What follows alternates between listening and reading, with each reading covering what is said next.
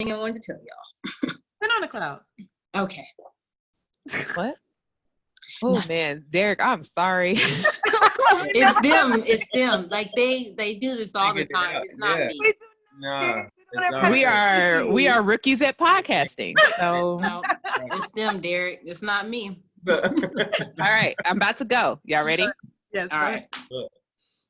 5, 4, 3, 2, 1. Welcome to Real Women Real Estate, episode 26. Woo! I think you're right there. Woo. Woo! I'm starting All to right, guys. So many episodes, I can't keep up. I would just like to say, guys, I went back and listened to some of our early episodes. I'm kind of low key proud of us. Like Were they bad at the beginning? No, they were great.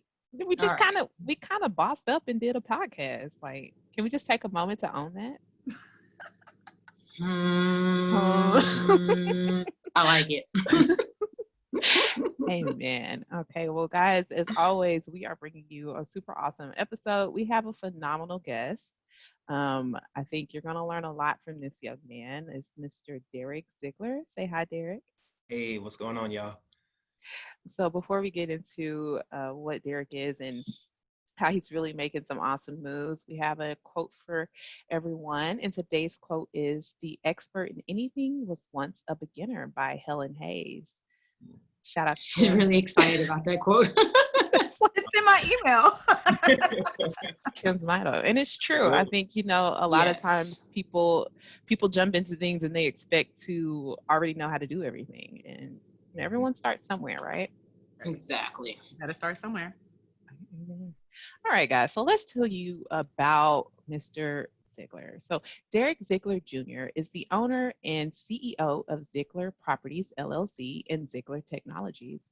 As a solution-oriented entrepreneur, Derrick embarked on an innovative way of merging real estate and TaaS, or technology as a service, into a mobile phone application geared towards the real estate industry. Serving as an Army Reserve's military officer and executive leader for a major retailer distribution center, it is second nature to lead, execute, and motivate. Growing the brand of the businesses that carry his name, Derrick is steadfast in developing generational wealth and giving back to those who mirror a background similar to his. So thank you so much for joining us, Derrick. I love We're that. super excited to have you. I'm excited to be on here. Thank you, ladies, for inviting me. Yeah, I'm excited. No, Courtney awesome. totally stalked you. She tracked you down. No, it's not true. It's not true. We are stalkers, by the way. We do stalk. Admirably. I guess. Yes. Yes. Okay. Thank you, Courtney. You're welcome. No, I but mean, after being on with the other major podcast, I'm just honored that you came on ours. yeah. Turn this down. We got 3 Black women that are doing their thing in real estate. How could I ever say no to that? So I'm not gonna lie to y'all. When I got the invite, I looked it up and I was like, oh yeah, this is gonna be dope. Gotta do it. So Aw, thanks. without any Thank questions, you. I was excited about it. I'm happy to be here. So That's dope. Let's do this. it's all love. All love. Courtney, you gonna kick it off? Sure. I can kick it off. I'll ask you some questions and just, kind of be candid with us. I know that you will be. And so, like you said, we've been stalking you and looking at your background as much as we possibly can. And just so that other people can kind of know a little bit more about you, tell us why real estate, because your background is so different. Right. If people can see you from our YouTube audience, from our Facebook audience, you can see the military institute. Tell us everything. Tell us why real estate, based on the background that you have. How did you land here? when I look back over really the way I grew up, so I grew up in the hood, absolutely. I've seen a lot, been through a lot. And when you have a single parent, a strong Black woman that is raising 2 growing boys, it's a lot of sacrifices that she had to make. And so with that, when I got a little bit older, I started to realize like my mama really made some sacrifices for us. So we didn't have much growing up. And so every decision that I began to make as a 17, 18-year-old young boy at that point in time was about how do I make sure that I get into a financial position where I can help change our environment and help change our situation. And so My decision to go to a military college was part of that reasoning, right? My decision to commission into the United States Army Reserves was part of that decision. And then when I look back on my career, once I graduated and I'm in the military, and you start getting connected to people that have way more experience than what you have, and you realize like they're really out here doing different things and making money. And so when I started to learn about real estate, for me, when I really started to do my own research and I realized how many millionaires real estate has produced, all the tax benefits, me being a single male with no kids, I'm getting taxed like crazy. So I start looking at some of that and I'm like, man, it makes sense. Like, how could it not make sense? And so the more I learned about it, the more it became an obsession for me, the more I wanted to know about it, the more opportunity I seen in it. And it is one of those things that, once you get that first property, we all have that feeling of like, man, this money is really coming in now. Like, I'm really getting money and I'm not really doing much for it. And so that completely sold real estate for me when I seen the different opportunities that it presented. And not only just the financial aspects of it and how that has been able to help me with what I'm able to do for my mom and for my brother and my family as a whole. And when I decide to have kids, what that's going to do for us. But when you think about what it does to communities as well, when you get a house and you fix up a house and then some family now has a nice place to live into, those are things that you cannot replace with any other feeling. And that's a special thing. And so real estate is far more than just creating financial wealth. It is absolutely being able to build a better community and provide better housing for people who would not have been able to afford that. And would you say like your background in regards to just your military background and, looking at the sacrifices that your mom has made, would you think that is attributable to your success? Or do you think there are some other factors there? Oh, I would say 100%. I learned at an early age, like when you want something really bad, it's going to take commitment, and sometimes sacrifice comes along with that. And so what I would say is I went to the Virginia Military Institute, and that taught me real quick, you have to sacrifice a lot if you want to be successful. It taught me really quickly that I needed to man up, I needed to mature, I needed to make kind of big boy type decisions at an early age. And with those type of environments, you grow fast. And so what I learned in the environment that I grew up in with my mom and seeing all the things that she went through is that no matter what happens, like you keep your faith, you continue to push forward, like those things will happen. And then when you go to a school like VMI and your faith gets tested, and then you have to show that commitment, you have to make sacrifices. And before you know it, you make it through that. And so when you look at a trend of continuing to learn that if I keep my faith, if I stay committed to the process and I grow through those things, that success is going to come. And real estate is no different. It's a little bit of a different ball game. However, it's exactly the same thing. You keep your faith, you stay committed to the process, you understand, you learn, you do the math, you partner, you network, and you stay diligent. And guess what? You'll be successful. And that has been shown across everything. I want to go off script just for a quick second. And I never knew anyone that went to a military institute. My husband is in the Air Force, but aside from that, I really don't know many people that are in the military. I know that Ebony's brother has a military background as well. Can you just kind of describe your experience as a Black man in the military and at VMI? Can you just talk about your experience briefly for us? Yes. So going to VMI was a shell shock for me, 100%. And let's just start with the history of VMI. VMI is a military school that fought for the South. It's what it's famous for. So I come from what I would say is the hood, the block, whatever you want to call it, right?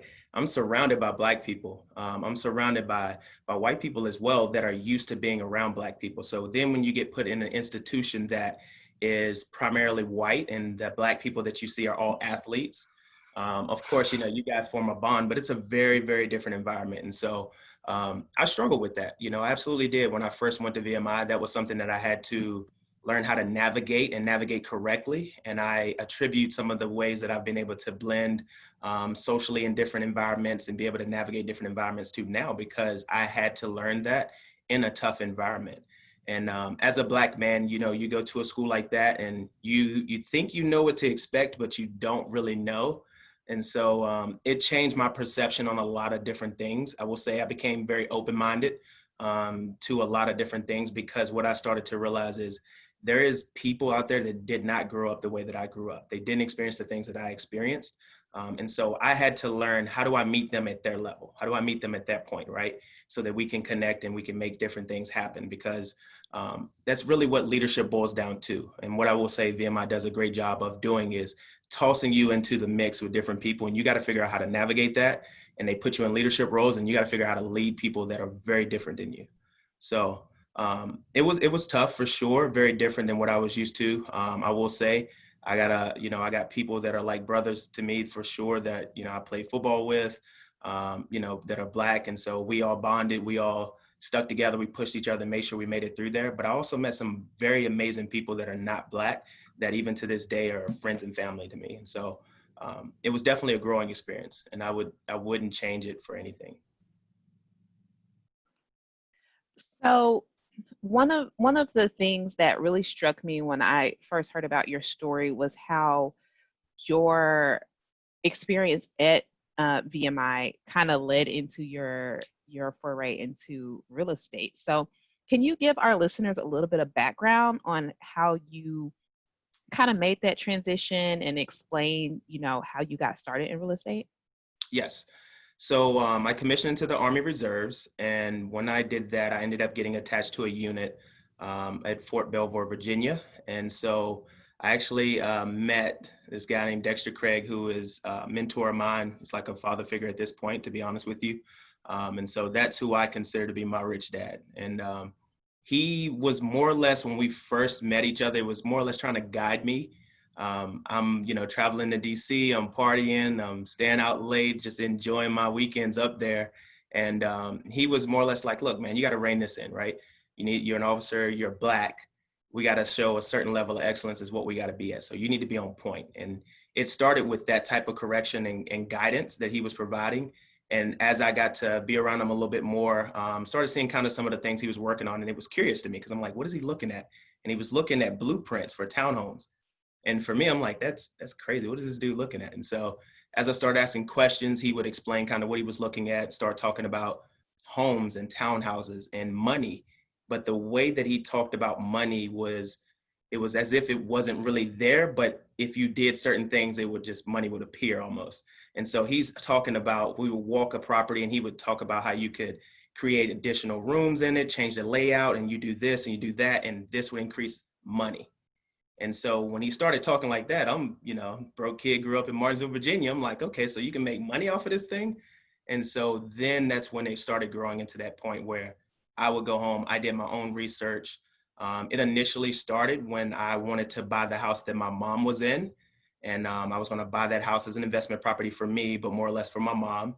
And I was going to fix it up. And when I went to the bank, they told me, hey, you're young, you're 24, you don't have any credit, you don't have anything to your name right now, and you're trying to buy a property that's not even close to where you live. And so they told me that I need to grow my credit a little bit, actually have something on my credit. And that's when I decided, okay, well, I'll buy myself a house then. And that's kind of how I got started.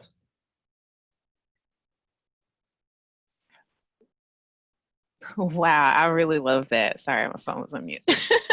But I really love that. And I love the fact that you saw the wisdom and you immediately knew that you wanted to apply it in your life. I think a lot of times what happens is people, they hear about money being made, especially in real estate. They think, oh, that's cool. I want to learn more about it. I want to do something in that. And then when somebody takes the time to start to talk to them about it, they don't actually apply what they learned. And so I think the fact that you took action and began to apply what you learned, like, says a lot about your character. So kudos to you. I'm a man of action. Okay, listen, y'all, he done already said he's single with no kids, and he just said he's a man of action. Slide into this man's DM. Stop playing with yourself. There you go, Derrick. I missed that single with no kids because I was going to ask that. I'm glad you generated that for our listeners. Okay, single with no kids. And how old are you, Derrick? We need the listeners to know. Single is in, like, when I found my W-2s, I'm single. Oh, he got a girlfriend. Never mind.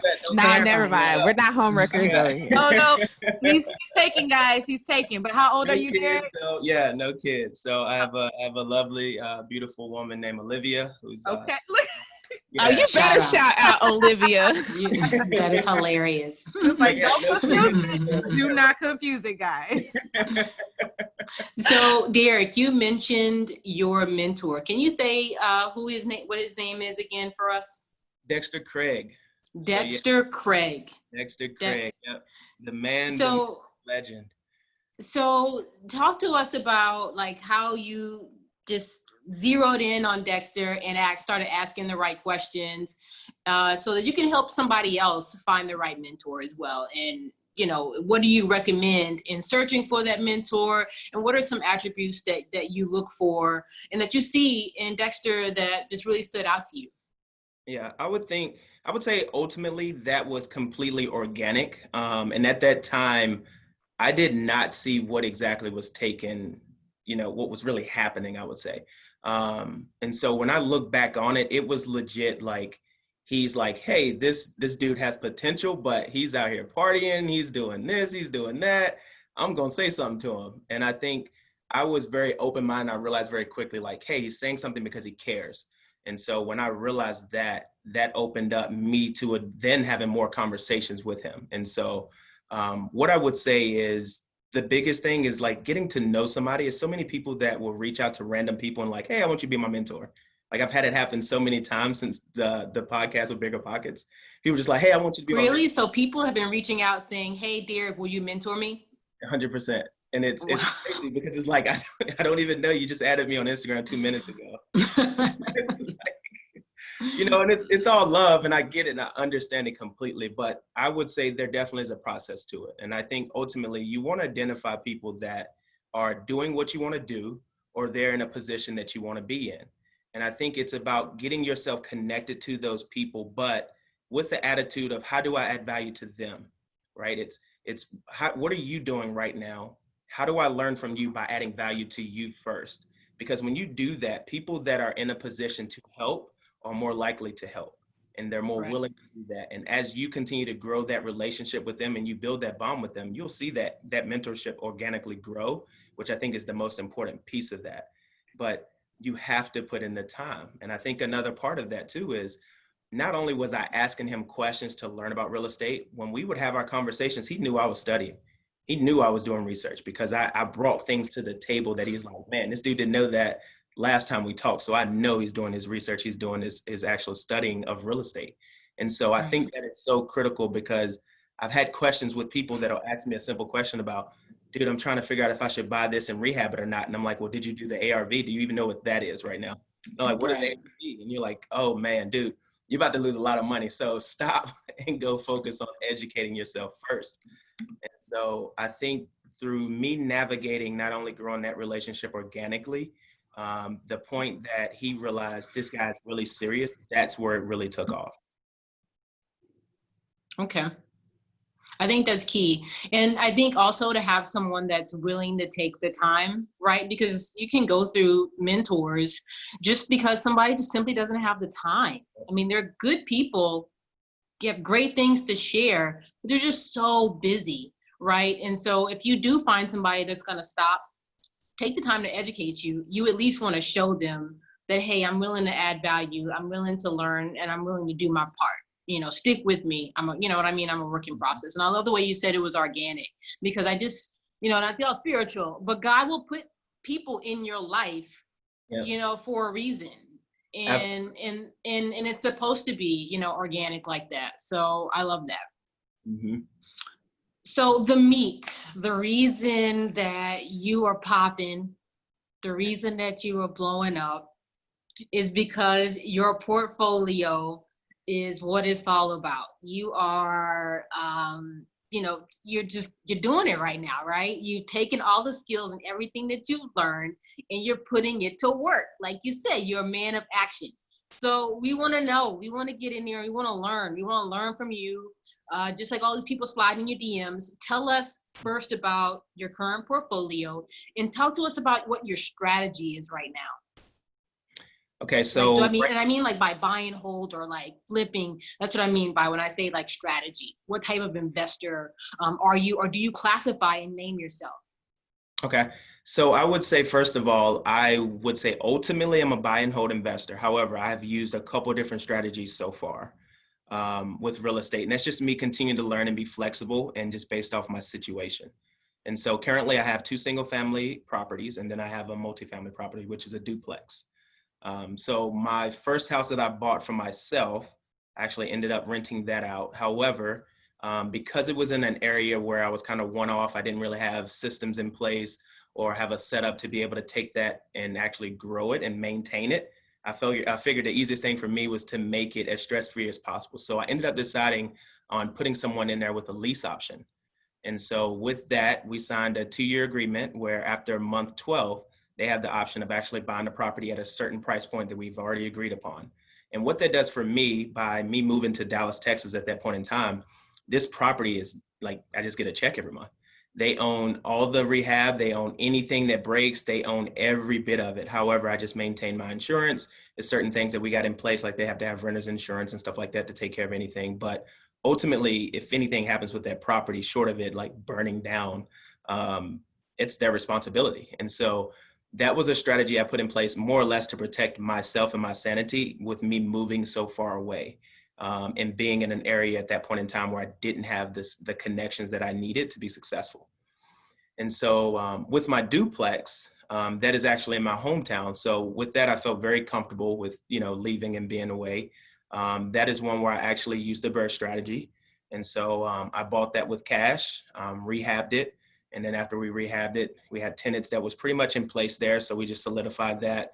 Got them under lease after kind of talking to them and doing some research and making sure they were going to be good tenants for us.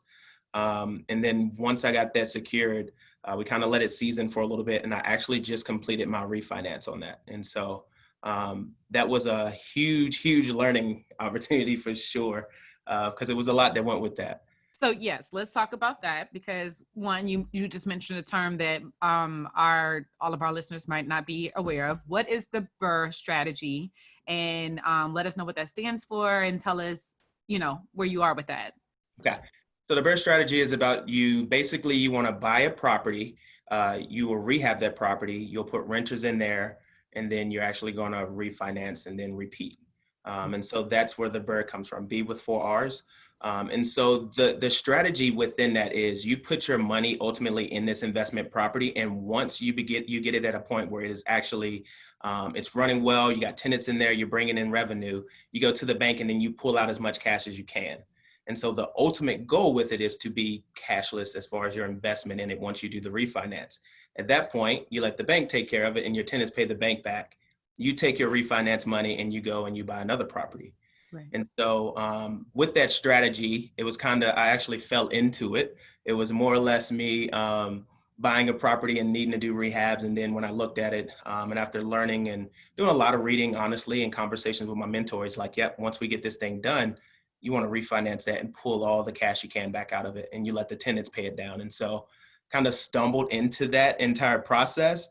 However, what I will say is that is the way to go. If you can buy a property, get it fixed, put renters in there, make sure it is stabilized, and you can pull your cash back out and move on, you can't beat it. Can't beat it.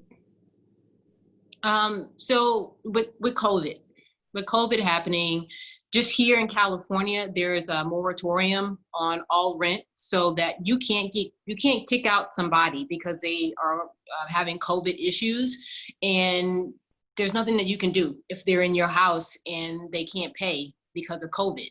You're stuck.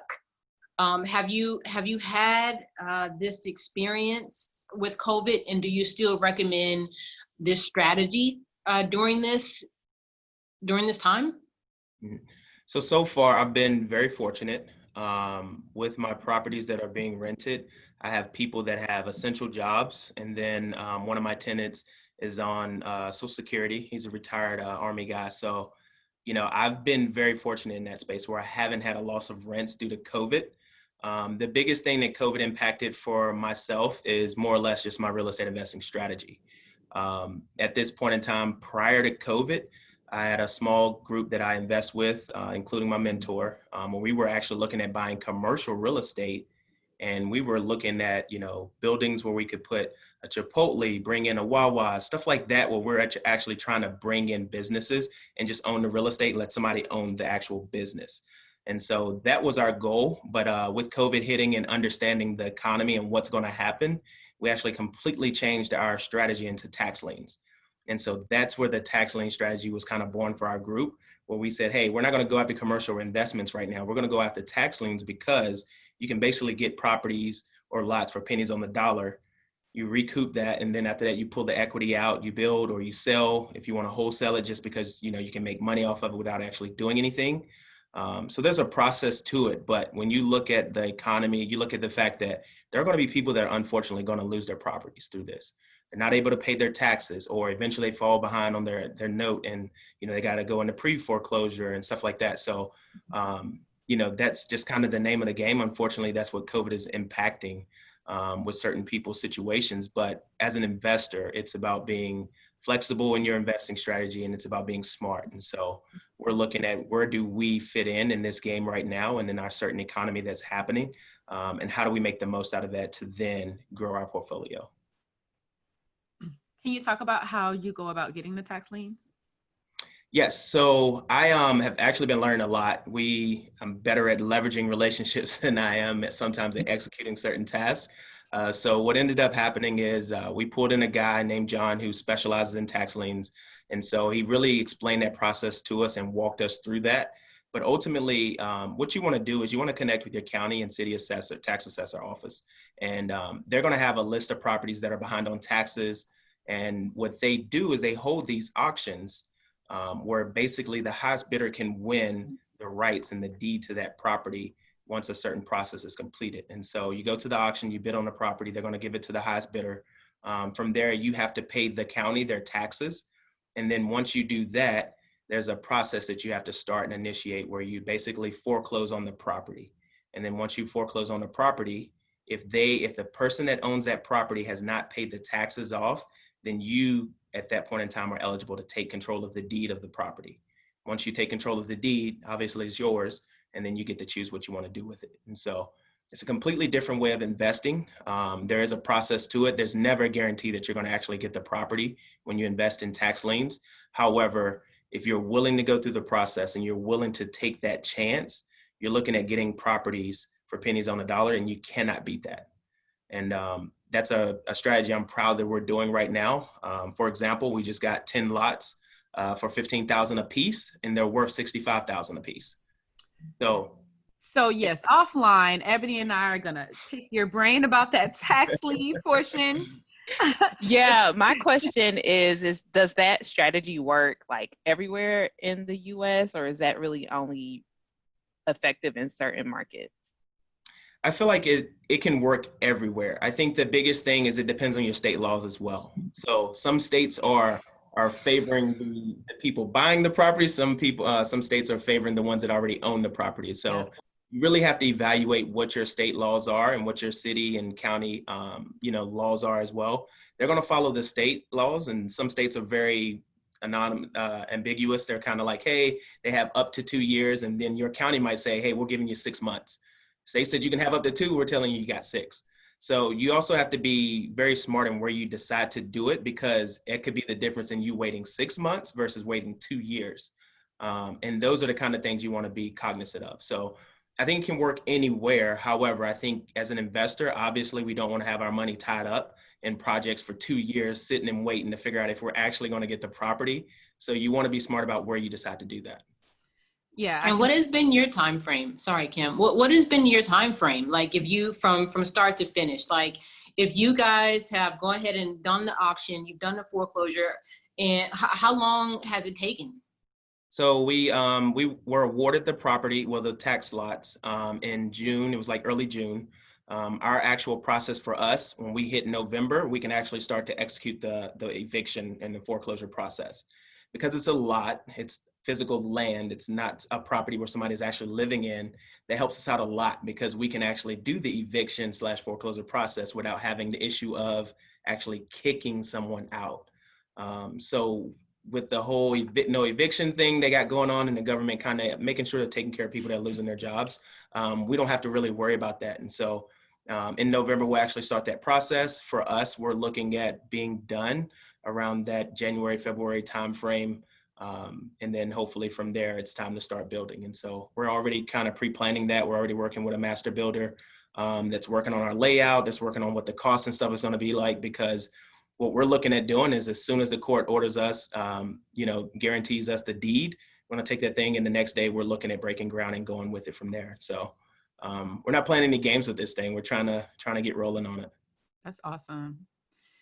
Yeah, and back to your laws, I know when we lived in DC, in the DC area, Maryland, for instance, is one of the examples that I can give where you say that you have to wait a long time. In Maryland, you have to give the owners a year to get the property back. And even still, if they start making payments to you, then you give them another year.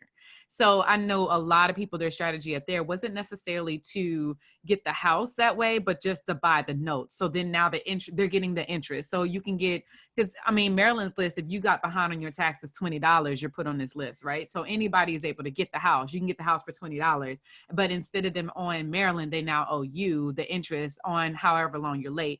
So some people do that as a strategy as well. Just for our listeners to know, there's many different ways to do the tax liens, but I love the way you're doing them and getting those lots and stuff. That's amazing. I will definitely pick your brain after this on that. And you know, we're actually in Maryland too. So we're in the PG County. Yep, PG. that's where I was, PG County. And PG County, you got to hold them for a year. Yep. So, and the good thing with us, so we got fortunate because it's not a physical house. And Yep. that's where the win is for us. By us actually buying lots, we don't have to do the waiting that somebody would traditionally have to do with housing. So that was kind of a clutch thing right there.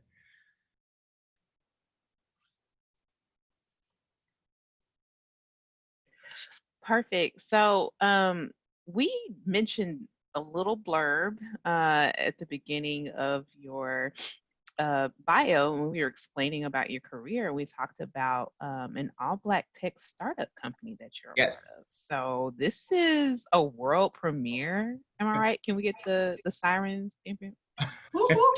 Beep, beep. Yeah, whoop, whoop. So this is breaking news. You haven't really spoken about this publicly before, right? So what can you share with us and bring everybody up to speed about what you're doing? Yep. So haven't really put this out there yet. There's a very small group of people that really know about what I've been working on with my team. But basically Ziglar Technologies, it's an innovative technology company. It's an all-black startup where we're focused on technology as a service. And so what that really means is it's about innovating technology so it becomes of service to people that are using it. It's not about creating an end product. It's about creating something that is going to grow with the user and have a long lifeline. And so in this space, what we're doing first, we're going to be focusing on the educational piece of it. And so we're going to be creating an innovative app that's going to help with the education of real estate investors. Everything we're going to be doing is about ultimately perfecting the technology piece of it. However, what I want to do is focus on the investing community. Within our community, we have a ton of different websites. We have a lot of resources and everything is scattered though. So how do we create something that is very easy to use, user-friendly, and very accessible for our community? And so that's kind of what the focus is going to be on initially. There's going to be a couple other phases on that where we're going to look at how do we build great networks within the real estate investing community, where somebody that's out in California can easily connect with the exact type of professional they're looking for out in Dallas, Texas. And you don't have to, go and do all this research. You don't have to call all your friends. The only thing you got to do is pick up your phone and you can find them without even having to call them too. So it's about creating technology that ultimately is going to be a huge, huge, huge difference maker in the real estate investing community. And we're going to do that through innovating mobile applications. And so I'm excited about it. Very, very different field for me. I was a biology major, so that's nothing to do with what I thought I would be doing at this point in time in my life. But just like anything, when you realize there's a need for certain things, you sit around, you wait for somebody to create that thing and it isn't created, somebody has to step up to the plate and do it. And, I figured why not me and try to help service our community and take care of our group that are trying to learn and make money and change our families' lives and all that stuff. So yeah, well, congratulations. That's really awesome. Yeah. And it is really like timely. Like I think with COVID, we all kind of saw like the world is digital, whether you're ready for it or not. And I know we've had some guests on that talked about virtual wholesaling, virtual real estate investing. And so, I think your company, your product is going to be on brand, and, I wish you much success in your endeavor. Thank you. Yes. So, sorry. I think we're both going to ask the same question. Yeah, because we titled this, learning from your mistakes. Well, we've been sharing your victories so far. Mhm. So I kind of want to know, like, what lessons you learned? Like, what did you mess up? What mistakes have you made that you're open to sharing? Yeah. I would say the biggest thing in real estate is when I bought my duplex, I did not really understand what that rehab process was like. Nor did I understand managing contractors. And so when I first bought that property, I'm looking at it. We walked through with this contractor and he's like, yep, you need this, this, and this. I'm like writing down his super vague list, just walking through it. And he's like, you know what, it's going to run you about $8,000. I'm like, okay, cool. And so obviously as soon as we got started, next thing you know, that $8,000 turned into 17,000. And so through that process, I learned a lot, because when I tell you guys I was hanging on to that $8,000 and I'm excited and I'm like, man, I'm about to be all in like 38,000. This thing will come back about 55, 60. I'm gonna be floating, right? And you find out real quick, like, okay, they pull back something on the floor and now the bottom is rotten, and the joints are messed up. And, you started working on this and you realize the electrical units need to be fixed. Now plumbing needs to be fixed. And so I learned a lot about just the rehab process and just planning through that, being more thorough in the walkthrough as well. So as I'm looking at right now, turning a unit, I walked through that thing and I got a list of like 100 things, and some of them are so little and so minute, but it's like, I want to make sure that I'm tracking that because I can't afford to get sideblinded again because I'm just nonchalantly walking through thinking this is about to be easy. So I would say that was like my biggest lesson learned. The second part of that was just managing contractors. And so, we talked about everything to somebody that I knew and trusted. And so I'm like, you know what? I trust you. We shook hands on it. You got my word. I know my word is good. I got yours, right? And I think through that process, it was frustrating on like the payment schedule and just certain things like them needing and them not really having their business on point. And so what that led to is me having to do certain things that I wasn't really accounting for to make sure that the job was done. And so that's a frustrating thing when you have a full-time job and you're working and you got a military duty and you got other things that you're trying to focus on, right? You expect other professionals to handle their part, you handle yours. Well, as a lot of real estate investors have learned, that doesn't technically happen a lot when it comes to rehab. So I learned some tough lessons there that when I walked away from that project, I definitely feel like moving forward, I will do a lot of things different on that piece of it and be a lot more efficient with it for sure. Was there anything from the BRRR part that you learned that that you would do differently, since you said that was, you kind of fell into it? Was there anything paper-wise, on the paperwork side or anything that you did differently? I think when it goes back down to the rehab piece of it. So I think being more thorough in how I documented the things that need to be done. I think being more thorough in my research on supplies and cost and some of those things, also looking into what is that labor per hour is going to look like now, and then documenting payment schedules and draws. And when you do those things and then you sign it with a contract and you go, hey, here's your piece of paper, here's mine, here's what I owe you, here's what you owe me, and we hold each other to a certain expectation, you walk away with a great understanding on what is to be done. And when somebody doesn't meet that, then you can have that discussion. But when you handshake it out because you're homies and you know each other and you freestyle that walkthrough and you make a couple of notes, it can turn left real quick. And so that was a good lesson learned for myself. Yeah. So you said that you have a list of 100 or so things that you have when you walk through the home and you do a walkthrough, right? So you don't have to tell us the whole list, but I want to know, what are some things that when you have chosen the house or you have picked the house, before you have selected, what are some of the things that you were looking at to know that this is a property that is good to go? I think one is understanding what the electrical and plumbing looks like. Those are critical pieces of it. And then knowing what does it look like under the floorboards. And so one of the biggest things for us is, as we start to redo the flooring and replace the flooring and update that, start realizing there's a lot of things under there that was absolutely rotten. That can get costly really fast. And so my biggest expenses was replacing the subflooring, replacing the plumbing, replacing some of the electrical in there.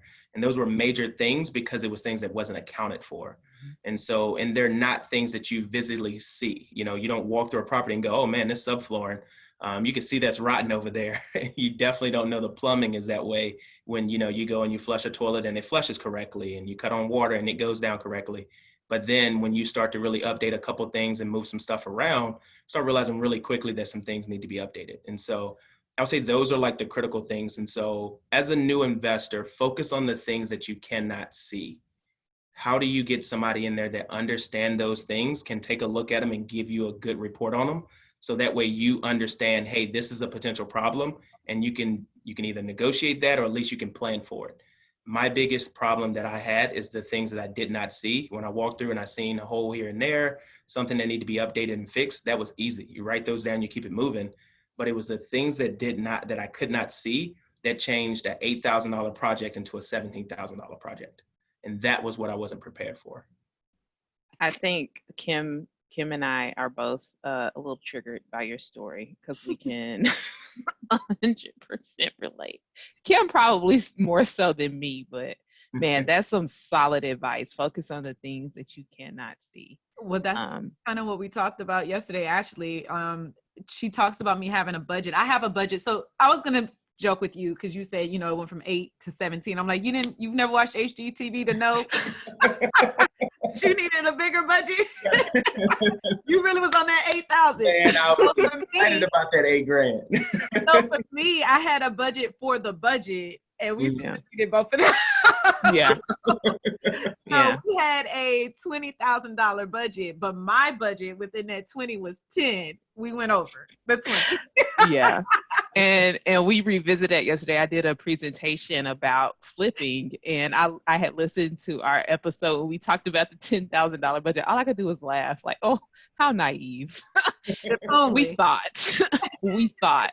But you know what I say? It's Murphy's Law, and that's anything that can go wrong will go wrong. And so you do have to have some cushion for that, which luckily, Kim was able to make sure we had. But, again, just thank you for that solid advice. And those who have ears, please let them hear. This man is telling you the real.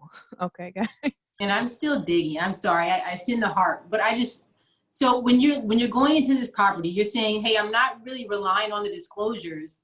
I'm actually having my subcontractor or general contractor coming in there with me.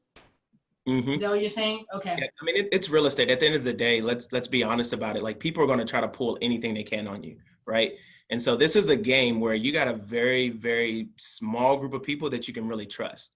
And I don't hand trust out easily. So, if I'm ready to go buy a property, if you're looking at investing and putting your money into something, and then you look at the fact that for me, this is the first time I'm taking money and actually putting it into something that I'm not directly living in or anything like that. And so my thought process behind that is I have to protect my money. Because if I don't protect my money, or if I don't protect the investment that we're putting into this thing, you're looking at losing money. And then what is that impact going to be, right?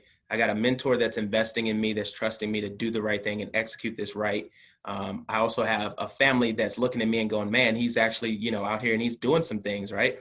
And then I have, a neighborhood of people that know me, have seen where I come from, that's also depending on me and watching the things that I'm doing. And so for me, it's critical that not only do I take action to get to where I want to be, but as I'm doing that, how do I make sure that I'm checking myself and trying to go about it the right way to also protect what I'm putting into that, whether it's my time, my effort, my money, whatever that is, how do you protect that investment?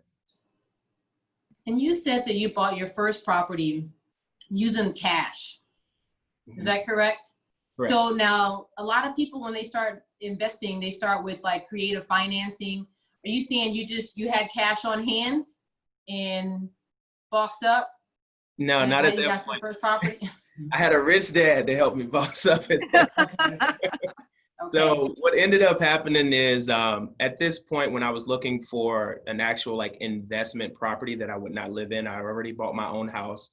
So my finances were stable again, and I was building some wealth again at that point and trying to build the savings and stuff back up. And just through continued conversations with my mentor, he looked at me one day and was just like, hey, I got some different things getting ready to happen, but I might have some money that's free. If you're serious about this thing, I will help you with purchasing your first property. You got to find a property that fits. You got to make sure that the numbers make sense. You got to fix anything else that go along with it. I'll give you the initial payment on it. You got to fix the rest. And then on the back end, I'll get my money back, right? And so that was legit just a conversation had. We never signed paperwork. We never signed documents. And so when somebody looks at you and they trust you that much to do something like that, you got to hit that out the park, right? You got to make sure that you execute. You got to make sure that you take care of not only your own investment, but theirs as well. And so it was a lot of responsibility that came with that, a lot of pressure that came with that, but I welcomed it in the sense of like, this is going to help me grow as an individual, as a man, as an investor. And so I went with that. And, you know, his initial investment in me was $30,000. And I'm like, you know what, I'm gonna get out here and I'm gonna get a property with that amount of money at a minimum. And then I'm gonna take my cash and I'm gonna rehab it. And so that's kind of how that ended up working is, you know, I used my mentor's investment to actually buy the property. The $17,000 was my own money that I put into it for the rehab. And then we pulled everything out, paid him back. And now I got tenants paying a $277 mortgage on a property that's bringing in over $1,000 a month. Over $1,000 a month. That's boss. So where you got the house for how much? 30,000. Okay, and where in Dallas? Look. No, that's out in Martinsville, Virginia. So it's a lot different out there. Yeah, it's very different out there. It's a whole different ball game. I realized that real quick when I moved out here. I was like, where the fairgrounds? 'Cause that's not even... I wish. I'm telling you though, get in at the fairgrounds. I know. I got a house out here, and my house has already went up over 30,000.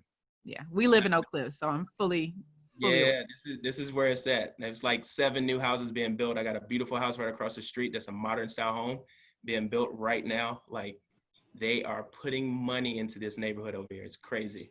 That's awesome. Awesome. So it's time for my favorite question, which is, you know, the books that you love and suggest. We've heard you drop the Rich Dad reference a few times, so we take it you're a fan of Rich Dad Poor Dad by Robert Kiyosaki. Are there any other books that you suggest or that you feel keep you motivated? Or if you're not a reader, what keeps you going? What keeps you motivated? So I'm not gonna lie, just like you guys, I love Audible. I listen to Audible on my car rides. I listen to it in the gym. I absolutely love it. So I'm a huge Audible fan. It's an easy way to read a book without reading a book. And so that's been a critical piece of just my growth and learning over the past year and a half. I would say besides Rich Dad Poor Dad, Vivid Vision by Cameron Herold, that's a really, really good book. And so I'm huge on envisioning what you want and manifesting that through not only through prayer and through action, but I think it's important too to put that out there, like write it down, right? And so I believe in that wholeheartedly. And so Vivid Vision is a book where he really wrote out what that process looks like, and he challenged your way of thinking when you write down your vision. And be very, very specific about it. Timing, the details, what you envision, what you want to see people write about your company, say about your company, feel about your company. And so that was a huge game changer for me because I've always been the type of person to envision what I wanted in order to help manifest that. However, this put to, I think, more or less the thought process behind it of like, here's how you really go about taking it to the next level. And so that was a really good book. And then I would say Way of the Superior Man by David Dieta, I think is his name. But that was a really, really good book. And I am huge on, I have a solid balance between real estate and personal development. And honestly, like I look at my lines. Absolutely.